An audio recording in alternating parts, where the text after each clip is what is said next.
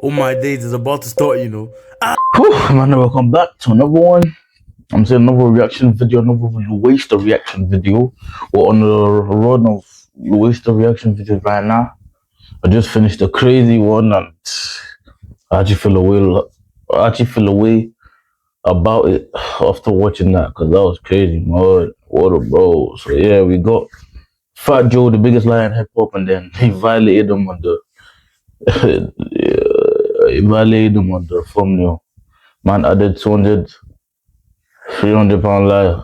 Crazy, man. Fat Joe, you know him. Louaista may know him. Someday, please know him, because one day you shall know him. I actually just love rapping, singing, whatever. Oh, I really like Fat Joe has been on the forefront of the culture for a long time. Yeah, he has. He's rubbed shoulders with some of the biggest stars there. Yeah, he did. Because of his 30+ year tenure in the game, he has plenty of interactions worth discussing with the masses that have made major headlines when they've been reported. Whether it was turning down the opportunity to sign with Eminem 6 times, or helping to carry the flag of Puerto Ricans in hip-hop, Joey Crack has left an indelible mark on the culture. Yeah, Eminem, he gave me his demo like 6 times. Damn, nigga look skinny. You meant to be Fat Joe. Oh shit, I'm proud of you. Yeah, I fucked up big time. Yeah, you biggest mistake in hip hop history, Fat Joe. So much so that he feels confident to puff his chest out and say that in a sea of frauds and fakes, he stands tall. I'm gonna admit something. I think I'm the realest rapper ever lived. If I keep it a buck with you besides Tupac, I really believe that. But while Joe thinks he's one of the true dons in the culture where authenticity is often hard to come by, the problem he's running into is that people are seeing a new side of him, and it's one that's anything but the honest figure that he portrays himself as. Because the more and more he talks, it feels like he's changed from Fat Joe to Cap Joe. Long ago, Fat Joe came out and said he lied in 95% of his rhymes. What did you think of that? Oh, he said that himself. For the first time that he's a liar. That you can't believe nothing that comes out of his mouth. He's a liar. It's your boy Louaista, and this is how Fat Joe became hip-hop's biggest liar. When it comes to hip-hop legends, there are few who've been accused of embellishing their stories from time to time. Think Snoop Dogg, Soulja Boy, and even Snoop Dogg. Well, maybe from time to time, but Snoop Dogg was, I'm saying, he was really that. Was he not? Someone like Rick Ross, who essentially stole another man's identity wholesale and parlayed it into a music career. But at the minute, Fat Joe's sheer volume of half-truths have helped him to earn the dubious reputation as a man who is a compulsive liar that'll say anything to stack the odds in his favor or to escape the consequences of his actions. Among the many things that people are taking issue with is his recent attempt to rewrite his own history. After years of being known as Joey Crack and Don Cartagena, a recent appearance on CNN saw the legendary Bronx rapper try to clean up his image as he portrayed his rhymes as fiction. I've been rapping professionally for 30 years. I've lied in almost 95% of my songs. I'm being lied. Like how? What do you just mean? go. I write like I feel that day. I'm just being creative. You know, if you could probably you couldn't build the jail high enough for the lyrics I've said on songs, which are all untrue. What I am is a family man, the person who gives back to my community all the time, open businesses in my community. So the music. He probably did cap a lot in his lyrics, but I kind of find it funny because he's on CNN, crazy, talking about Young Thug's lyrics being used in his Rico trial. So you might be trying to cover his track so the feds don't get onto him, but I'm just chatting because he probably did cap. Because this whole video is about him being the biggest liar. Music would never amount to the actual. But that's, yeah, I just clocked. This came during a segment on lyrics being put on trial, and while his intentions seemed to be to explain why they shouldn't be admissible in court, admitting that you cap in your raps is a very inadvisable thing to do in a culture that demands realness. Even so, Joe has since had to clarify thing to do in a culture that demands realness. Joe has since had to clarify and basically walk back the idea that his gangster image was was an illusion. And I say, yo, 95% of the stuff I say ain't true. Letting them know. Like, if you could think Rico Love is on here is one of the greatest songwriters ever made. You know, the album that Usher sold 10 million, everything, Rico Love wrote that. There's no way Rico could tell me every word was real. Because it's not. We move off of inspiration. And so we get inspired, and then one day I'll go to the studio, I'm mad. So I write some fuck the police. One day I'm happy with the family, I go in the studio and I write about love and peace and tranquility. And then I write some gangster shit. You know, what I'm explaining to you, putting myself on CNN, on the hot seat for hip-hop culture and hip-hop music. And I had to say 95% of what I say is a lie so that they could understand that it's unfair to try some kids for the rest of their life. But for all that people didn't buy his attempts to sanitize his image, they aren't necessarily 100% down with how he portrays his backstory either. Because as it turns out, his tendency to cap dates back to his reflections on his early life.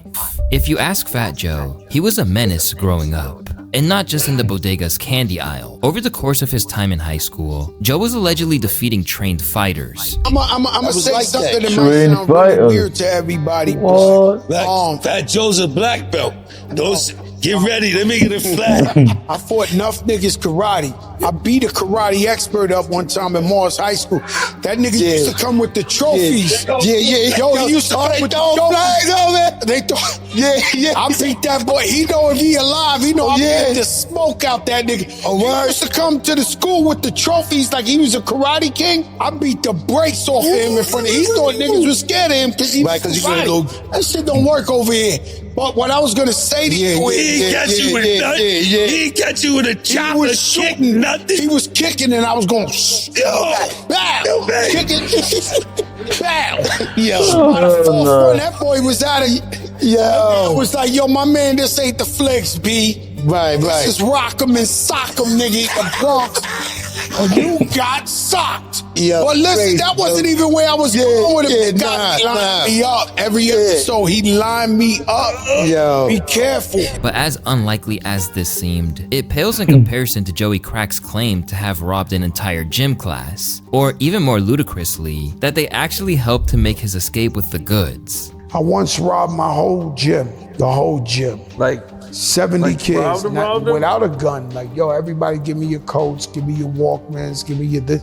Some of the kids I was actually cool with. And I was like, yo, run it. Everybody, run it. I couldn't even carry it. Some of the guys I robbed had to help me carry the stuff with them. To absolutely no one's surprise, people weren't just ready to accept that at face value. But that doesn't mean they weren't entertained by it. Fat Joe is one of them dudes that you know be lying, but you act like you believe him to hear what else he comes up with next. Then you gotta go home to your girl like, guess what this dude Fat Joe told me? The first lie was that he robbed his whole gym. We all know straight up that he never went to no gym. Over time, this story has lived on in infamy to the point that it led to Will Mills to label him as the rap game's biggest liar. One of the biggest lies was that he said he robbed a whole gym, a Bronx school gym, the Bronx. I saw Fat Joe when he was younger. He was a fat kid. Now, knowing how gyms are at recess in school, at any given moment, there's gonna be between 70 to 150 kids in there one time, right? He said he robbed 70 kids by himself at no weapon, at hand point, right? Went around, robbed everybody. So everybody stayed put.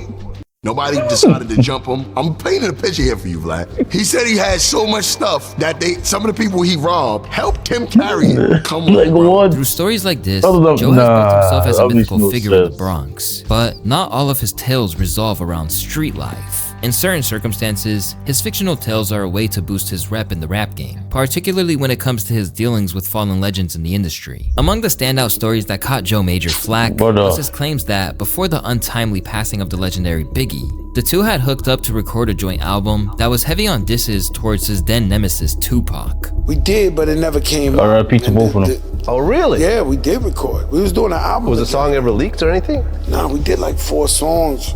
But you did 4 songs with Biggie that no one's ever heard. Never. What the fuck? I don't think you'll ever hear it. Who's the producer? If you do, you'll get upset. Who's the producer? It's Puff Daddy.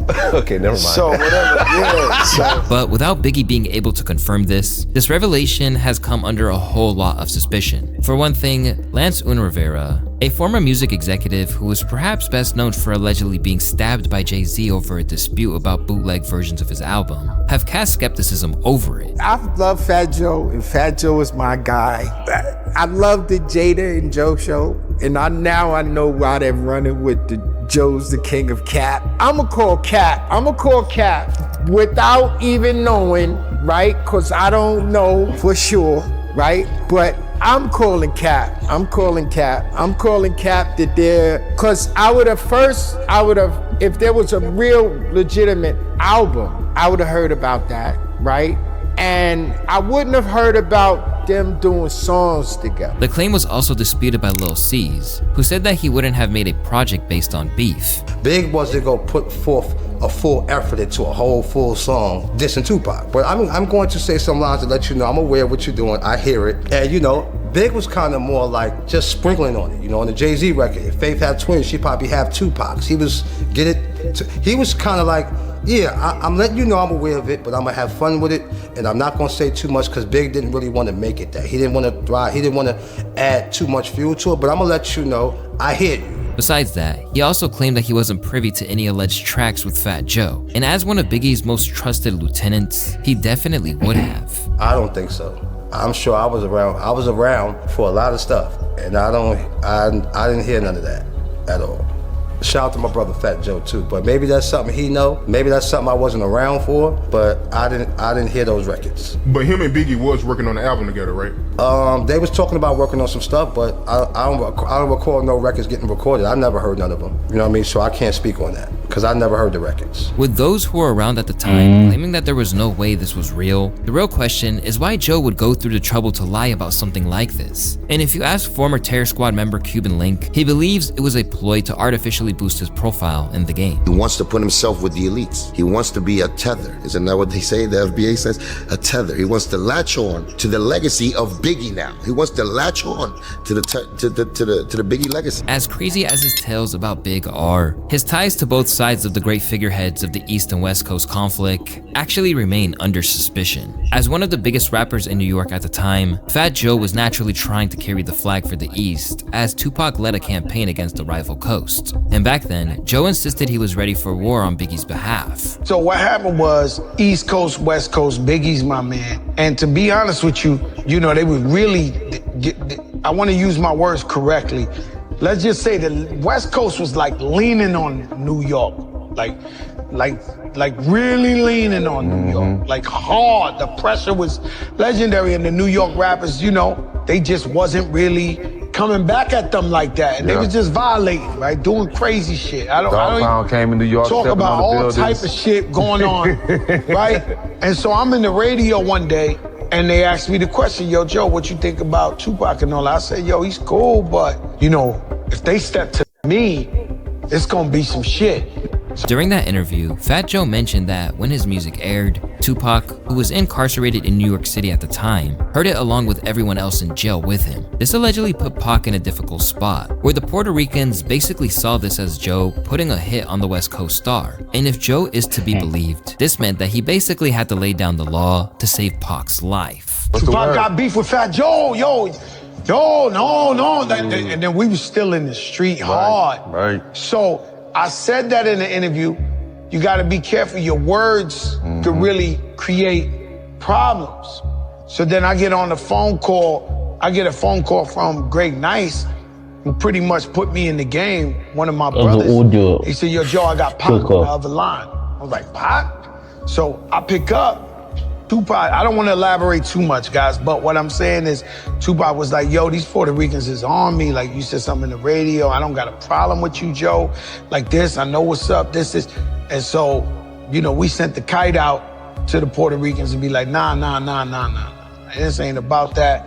Not on the strength of me, don't do that. And then they wound up being real tight with Tupac in there and holding them down in there. That's how that came about. Despite the skepticism this caused, Tupac's fellow Outlaws crew member Napoleon has actually co-signed this to an extent. You gotta understand that Fat Joe was a real street dude from New York. When Pac was in prison, Pac told him that Fat Joe people used to look out for him.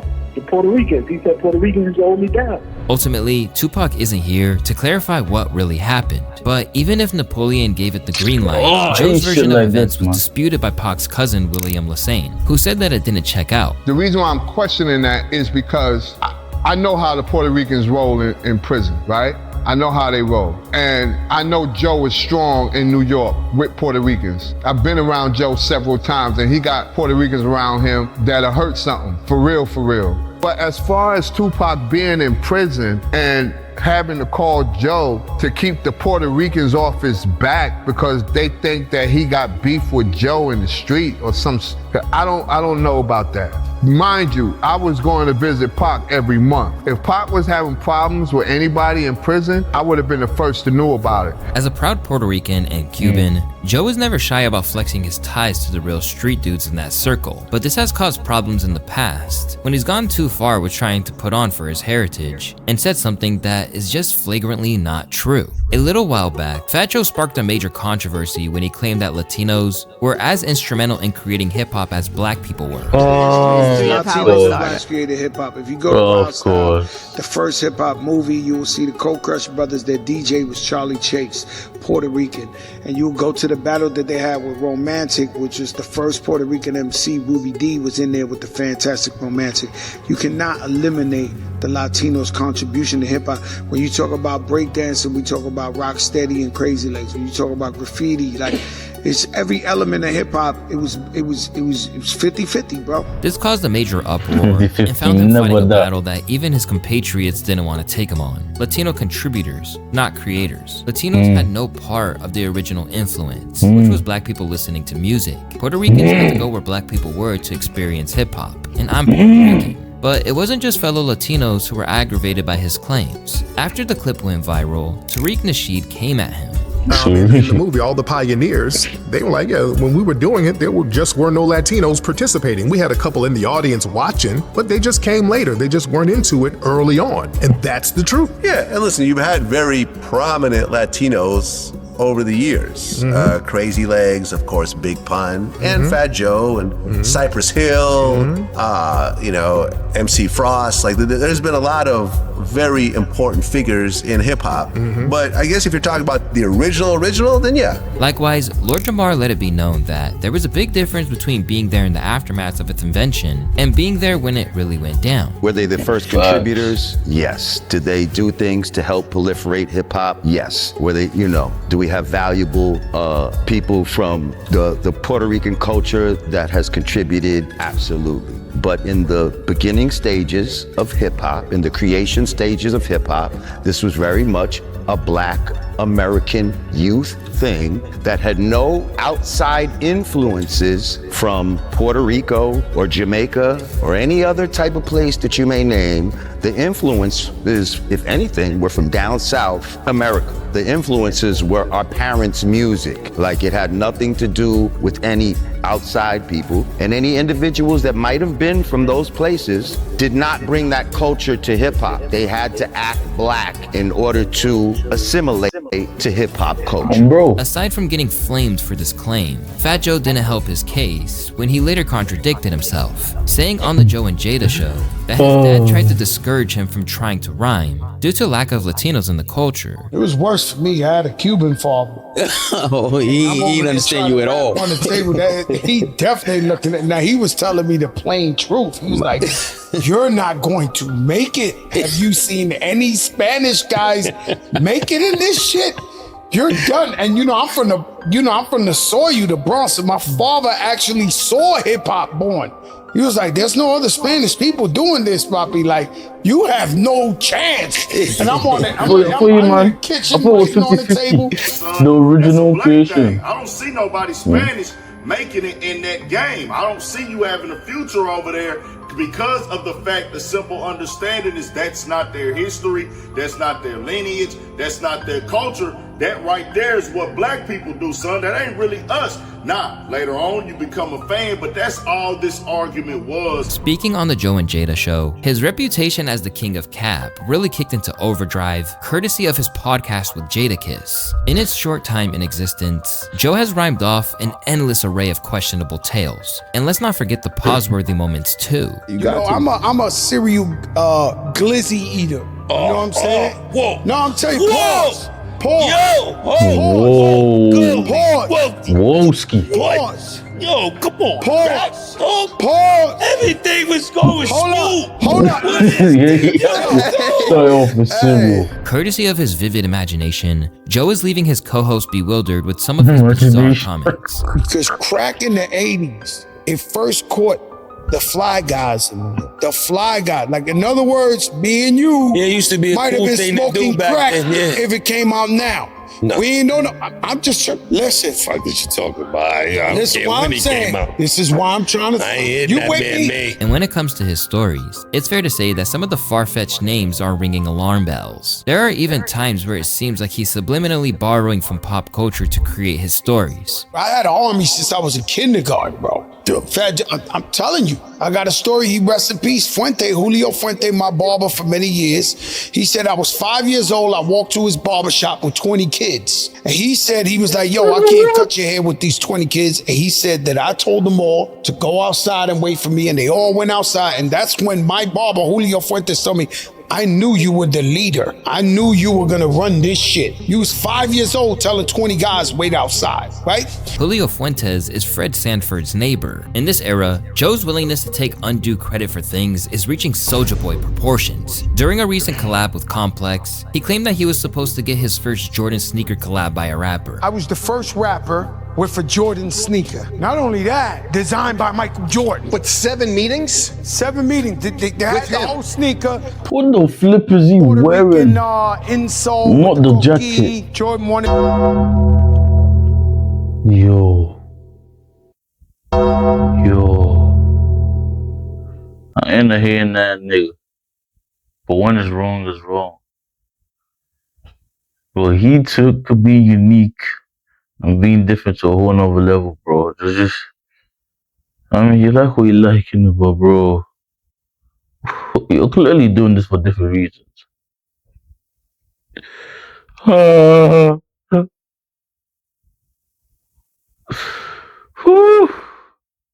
Composure, lad. Why do I feel like crying right now? It in a Latino flavor, and then that shit happened at the MTV Awards where I was like, yo, security, this and this and that. I never forget, the next day I had a show in Jamaica. I went over there, the phone rang, and it was like, yo, Big Joe, you know, I'm not with controversy. You know, maybe we look at this in the future. That was the original first rapper having a Jordan sneaker. Do you remember what models it was? I believe it was a 3. Okay. It's either a 3 or 4. You can confirm with Reggie and everybody. And of course, this wasn't enough. So he had to go one further and claim that he was the original shopper in the treasured sneaker store Flight Club. I'm the first customer at Flight Club. Did you ever hear that? No. I'm the first customer at Flight Club. The other Gina's tired. Okay. You had a whole line down the block, and they got dumb tight when I walked right in the Flight Club. I might have bought 100 pair of sneakers, threw them on the whole U-Haul. Broke out. They was dumb tight, the sneaker collector. First shopper in Flight Club history? First shopper. Walked right in. It was a line. The door wasn't open yet. Say it opens at 9 a.m. They opened the door. Fat Joe walked in there, bought like 100 pair of kicks. I think my bill was like 30,000 or something. Wow, I never knew that. Did you know that? I got to show you something every day. Exactly. Well, I'm sure Flight Club knows, and I'm sure them people on that line know. Another occasion. And then you always be like, go ask this. I'm sure they know that. And then when you do ask them, nah, I don't remember none of that. He really said that? You sure he said that? Like, bro, why do pathological lies just cap like this? Like, this is like no flinty straight face. Like, broski, I really did this. I was really there. Like, come on, bro. What's the point of just capping so much? Like, bro, people really care about how people view them and what they think about them so much to the point that they will lie to boost their image. Bro, allow it, man. His stories have seen him insert himself into movements that he had nothing to do with, including claiming that he was a 5%er, a movement which stems from the Nation of Islam. I come from a project called Godsville, right? So also, it was like the Mecca of the 5%ers. So I was the God Crack Kim, great God Allah. Yo. Nah. Yo, I'm telling you what it is, right? Crack Kim is crazy. You gotta, listen. You gotta think. What is this? Listen. Almost immediately, this was disputed by those who were verifiably involved in the movement, who said it would have never gone down that way. No self-respecting 5%er, God, Earth, is gonna allow someone to incorporate negative with positive in their attribute/name like that. So since crack is negative, it would not be a 5% name? You're right, I haven't heard any names that has That's like crack or killer. Heroin, God Allah, like cocaine, God, like that shit. Supreme. It's some shit like if you rolled up to a cipher and yo, peace God, my name is Cocaine God Allah, you would have received what is called a universal beatdown. Okay. You would have got what is called justice. Justice is one's reward and penalty for one's ways and actions. In yet another attempt to cement himself in history, Joe has also claimed he was the first rapper in the famed Apollo Theater in Harlem. And I swear to God, it had to be God. When I stepped on stage, they instantly swore to the higher ups. Went pandemonium. Like, they never heard a bar, Jada. It wasn't like you this, you name it. I never heard a bar. I stepped out stage 4 times. They made me retire because I was just winning every week. I ain't never known And that they shit. never heard a verse. They could not hear a verse. It was just, the people just was just going, I tell them, I was like the fat lady that goes, and I am telling you, right. I'm not going. Like, they win every week. And while his time at the theater didn't help put his name out there, with Joe winning amateur night 4 times at the legendary venue, this is one of those cases where the story is strong enough without the extra hype. And trust me, it won't be the last time he does that. There are other times where he gets half the story right. For example, he once claimed that the late great Tupac Shakur spent his youth in the Bronx. By the way, Tupac was born in the Bronx. Let's get that clear. Hold up. To get up and walk out. No. It's the Could you Google where Tupac Shakur was born? He was born in Manhattan, raised in the Bronx. Okay, I was it don't care. New York. And because of the East Coast, West Coast beef, New York don't claim him like that, which is really weird. He don't claim him, man. It's cool, but when you look at Juice, when you look at everything, Tupac is from New York. Technically, he's born in New York City. Raised in the that Bronx. is true. He's born. I don't know where in New York, but he's born in New York. Come on, dog. What are you trying to say, raised Tupac? in the Bronx? Google that. He don't even gotta You ain't hear this Google shit. that. It ain't nothing like the old school. What are you talking He about? wasn't Listen, raised in the Bronx. he sure James, tell was. him that it He don't sure say that, James. was. Let him argue with Google. They don't say it there, James. Baltimore, No, it was man. Baltimore after the Bronx. It's cool. Whatever y'all want to say. He put his Who own cares? shit. Yo. Who cares? Listen to what I'm saying. Who gives a fuck what they say? Listen to what I'm saying. The truth is, Pac was born in New York, spent time in Harlem and the Bronx, then moved to Baltimore at 13, before finally heading west where he became a legend. And sticking with stories about Shakur, there was even a time he said Tupac pulled him on stage. How about this one? You want a cap one? You want a yo? So I'm just in the crowd as a fan. There was one of them Budweiser Superfests. Oh, wow. And the crowd started going crazy. And through the crowd, it's Tupac Shakur from Juice. And he's walking with Biggie Smalls. How about that one? I'm just in the crowd watching Big Daddy Kane before. He stops. Yo, Crack, come on. All I got out is Flojo. Flojo #1 at the time, by the way, too. I'm standing on stage next to them. That's crazy. Okay? I'm on stage in Madison Square Garden with them. I remember Tupac pulling me up on the stage. Biggie, I got 7 Mac 11s, about 8. Tupac even said, yo, Fat Joe, passing the mic. Big Daddy Kane was like, not enough time, guys, not enough time. He shut Joe Crack down. Not enough times. This, that. It's cool because I knew for a fact I wasn't as good as Tupac or Biggie. And while this has actually been confirmed by Big Daddy Kane, he did so with caveats. You were definitely there and supposed to go on, but your nose growing a little with the details, Pajokio. Your version sounds more exciting than mine though. By this point, Joe's tendency to cap on the show is so apparent that he and Jada are leaning into the joke. In fact, even guests are referencing it. Y'all check y'all material on anybody? Not on Fat Joe, I'm not. And just to leave out this building, there's 150 Puerto Ricans waiting on me outside. No, sir. Nope, not doing it. I didn't listen to too many of them stories. I love how your stories always involve way too many people. Like wherever you are, you be like, yo, it was me and like 178 niggas. Like, Fat Joe, how are you taking this many people with you everywhere? You got both of them tour buses. Yeah, all the way. It'd be all different types of dynamics of people. Yeah, it was me, it was 58 Dominican niggas, right? I gotta be like, we perfect.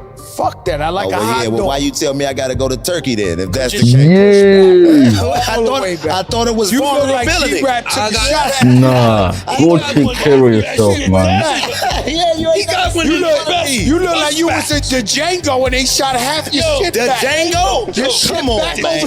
Jadakiss seems to embrace it too, with Crack's claims of his alleged Joey Badass signing attempt leading to Jada throwing literal flags on the play. You know, I tried to sign Joey Badass when he was in high school. I'm just telling you the truth. When we bring him up, okay. When we bring him up, remember them flags. We're gonna go back to the videotape. You supposed to be with me, man. Why you with these cappers and all that, man? Ask Joey Badass, what is this man, his brother, is... I gotta go to the bathroom. Time, but he take it. I'm telling you the truth.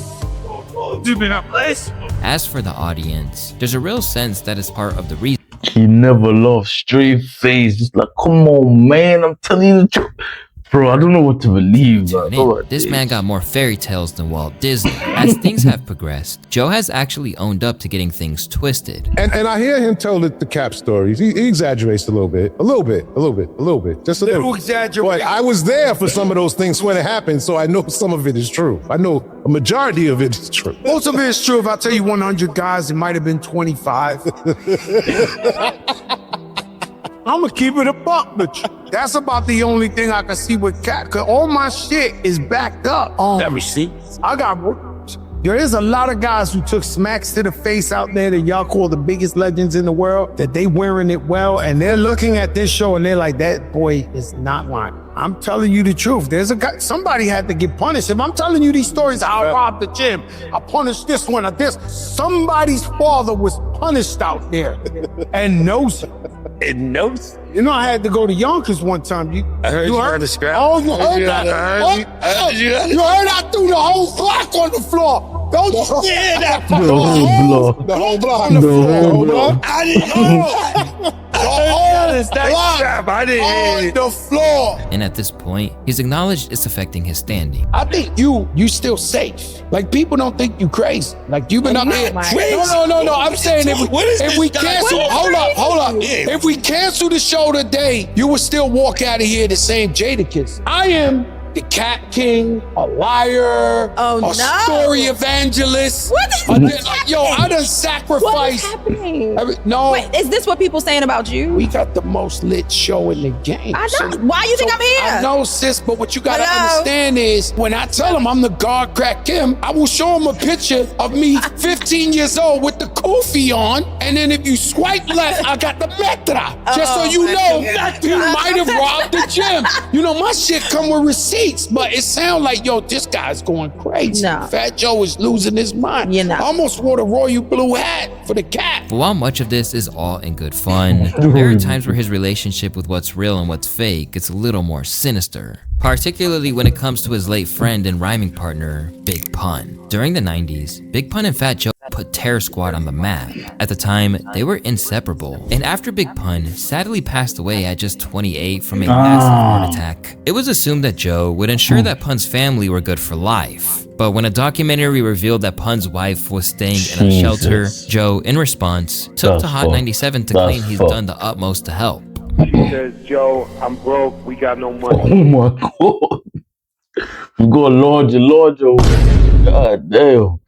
These men have got square builds, bro. What's going on? I said, well, listen, people not going to feel sorry for you because you're Big Pun's wife forever. I'm going to get you some money. Now, what do you do? So she tells me, I like to do hair. I said, well, why don't you go to school for doing hair and maybe you can open up 2 or 3 beauty salons and continue to support your family, because no one's going to continue to pay your bills because you're Big Pun's wife. She had hundreds of thousands of dollars. I thought I did the right thing, Cypher. Right. Like, I thought I did the right thing. She spent the money unwisely, right? She comes back and says, Joe, I'm doing bad again. We give her a check out of our pockets. We say, yo, we got to take care, because at the end of the day, Pun's my brother. I take care of over 30 people for the last 15 years. Like, 30 friends that they got to pay their family bills, they got to pay their rent, they got to pay whatever. Why wouldn't I take care of Pun's wife and Pun's kids? You understand? And when it came to why he cut her off, he claimed it was because she was disparaging his fallen friend's name. Calling them an animal and you calling them a beast. This is the problem I have with Liza Rios, is that at the same time as saying, I'm Pun's wife, take care of me, I'm Pun's wife, she's just ran his name basically disrespecting his legacy. Right. Like, if you have problems at home, which to everybody, I don't believe that no man should pick up their hands for no woman in the universe, and I never seen him do that personally. So after this DVD, she knows why my and her communication had stopped. Because I felt like that was disrespect to Pun, to his kids, whatever the case may be. At the end of the day, she is Pun's wife, so I never wanted to go back and forth with her and make it look ugly, because I wanted to respect Pun. This was the line that Joey persisted with for years, claiming that he'd done the utmost to provide. But according to music publishing expert Gongo Gu Roach, the truth is that Joe defrauded Big Pun's family. Joe was telling her that, oh no, he owed me money. You know what I'm saying? Then all of a sudden, a bunch of fake royalty statements started to come biannually saying, you know, you're in debt, you're in debt, you're in debt, you're in debt. And then for about 14 years, from about 2000 to 2014, fake royalty statements was coming out. 2000 to 2014? Yeah, fake royalty statements were coming. The same stuff that they had, it probably took me like a minute and a half to see the deception. I called her up, told her I paid for the case, paid for the auditor, took him to court. You know, Joe was all over the radio basically saying, I gave her $750,000, I gave her $250,000. I told the bitch, enough's enough.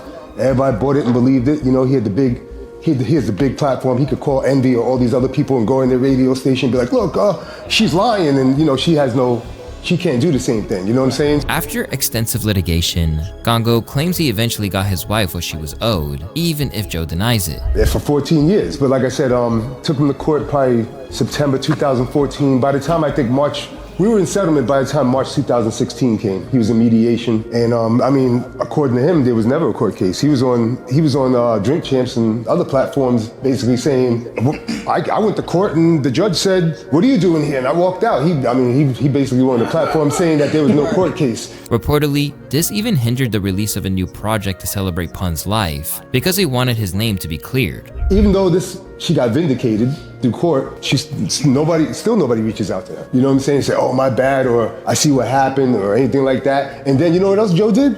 This was crazy. So after, you know, we were trying to do a Big Pun movie and stuff like that, right? And basically, you know, we were like, hey, you know, let's get Joe involved. You know what I'm saying? Because it's gonna be bigger with Joe. If you do it without Joe, Joe can get all these other people involved and make it real big. That's truthful, you know what I'm saying? But he was basically saying like, well, if you go on Instagram or if you go out there and tell publicly that I never stole from you, then I'll work with you. Otherwise, I'm not working with you. She's like, why would I do that? You stole from me. You know what I'm saying? So he wanted her to change the story up. You know what I'm saying? So then if she did do that, now all people gonna be back on her ass in the DMs and telling you bitch, you lie and all that other shit. You know what I'm saying? It was crazy, but I don't understand how just people just let him lie. Because not only that, people were calling me saying like, oh, you never took him to court and you were bullshit and stuff like that. And like what I do is like, I look at it as an art. Because it's not easy, you know what I'm saying? And it's like he's messing up my art at the same time. So I gotta be vocal about, you know, I gotta be defensive about my work. To this day, the topic remains a sore subject for Pun's wife, to the point that she walked out of an interview when it was suggested that she should apologize to Joe. Why is it 20 years,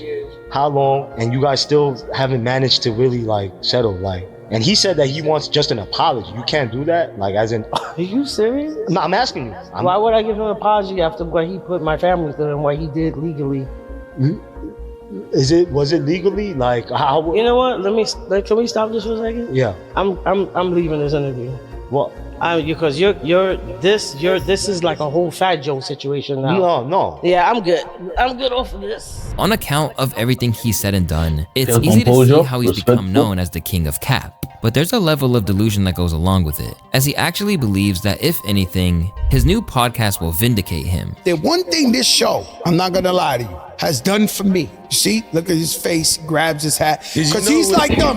When people say I'm not gonna lie, it's followed by a lie. Yo, Jada, I don't lie. That's the whole point I'm getting to, Jada. One thing this show has done for me is prove that I'm not the Cap King no more. You got a couple cases where you fixed. You definitely got the. They definitely owe you a few apologies. All my shit is real. We do the story with Nelly and Ashanti. 50 Cent throw it up and said, no cap detected. You understand? Before they used to get away with saying, yo, Joe's capping. Now, if I tell you that 50 Cent lost the Grammy to Herbal Essence, we bring out the clip. And the winner is Herbal Essence. And so I'm not capping. This show is proving that I'm not Sir Cap-a-Lot. It's fixing shit up, right? We've been running with the narrative like Joe's a compulsive liar. One thing the show had done is that there are times that he's actually being given his flowers. Yo, that's but good. To speak to what you were just saying, do you know where clips come from? It was actually Full Eclipse. Full Eclipse. But we knew you had the Full Eclipse crew. Yeah. So we chopped we chopped it. We had to chop it down. We wasn't no smoke. You like that. But even then, people are concerned that it's merely encouraging him to twist these narratives down the line. Now why the fuck would y'all go and tell this nigga Fat Joe that? Y'all know how he get about shit, cause now I can hear the fucking story. 9 times out of 10, you know what Fat Joe gonna come back on the 2 podcasts later? Nigga Fat Joe gonna be like, remember you know the clips? Yeah, see, they got their name from me. No, I tell you no lies. They see me go to the moon, and when I got to the moon, I performed, I don't wanna be a player no more. And mind you, that's not even my song, but I performed that on the moon. The Clips seen that and got their name from me, cause they seen I was up there performing music Eclipse and all that. So you know, when I went up there, that's what happened. Cause that's exactly what he gonna say. He gonna come back with a whole fucking story about how the Clips got their name from him. However, it's fair to say that this kind of love that he got from Pusha isn't the norm. Instead, people are citing everything from his name not shifting from Fat Joe to Slim Joe after his weight loss, and his dubious beard as reasons why deception runs in his veins. It has got to the point that people are beginning to break down precisely how he devises his tales. The biggest problem is that no matter how breakdown 70 eggs, English 3 eggs, 100 guys, 5.5 guys. 70 students, gym robbery, 2 students. 1.2 mil for a change, for a chain, R2 for 45K. Class this how he devises his tales. The biggest problem is that no matter how much he lies, Joe has done so much in the game that you can't take it away from him. But in some ways, it does cast doubt over everything, even if it ensures his name keeps ringing out in the media and cultural circles. No, he said some shit one time. He said he stopped somebody from getting raped when he was 9 years old. Like he said, came out. I'm like, he be saying some outrageous shit that was like, right. But he said so confident, like, but it's like you can't be 9 stopping somebody from getting. It's just like he says some shit that's just like incredibly. It can't be true. He said he drinks 40 Diet Cokes a day. Why not just drink a regular Coke? If you're drinking 40 of them, well, I guess it's there's no calories in Diet Coke. But I'm pretty sure you drink 40 of them. It's got to be something. Something in there. But I just think it's entertainment. I don't know if he really mean him for you to believe him. I mean, we're all talking about it. Yeah, it's working. Now more culturally relevant than he has been in years, Fat Joe runs the risk of letting his lies overshadow the things that he's accomplished. And if he isn't careful, there might be no way to salvage it. You gotta think, man. You have a career, you had a career. If you've done crazy stuff, bro, why? That's what's happening to Nicki Minaj right now, bro. She's just tarnishing her whole career. And we are getting to a Nicki Minaj video that Louaista created, her and Cardi B. I'm about to watch it. I'm excited for that one. I hope it's long. Get me. So yeah, man. Why just ruin everything you built? You get me? I don't understand, man. But I just don't get it. Baby, I just don't get it. Do you enjoy being hurt? I know you smell the perfume, makeup on your shirt. Believe the story. I think they're all lies. Bad edge, but yeah, that's all the lyrics I know.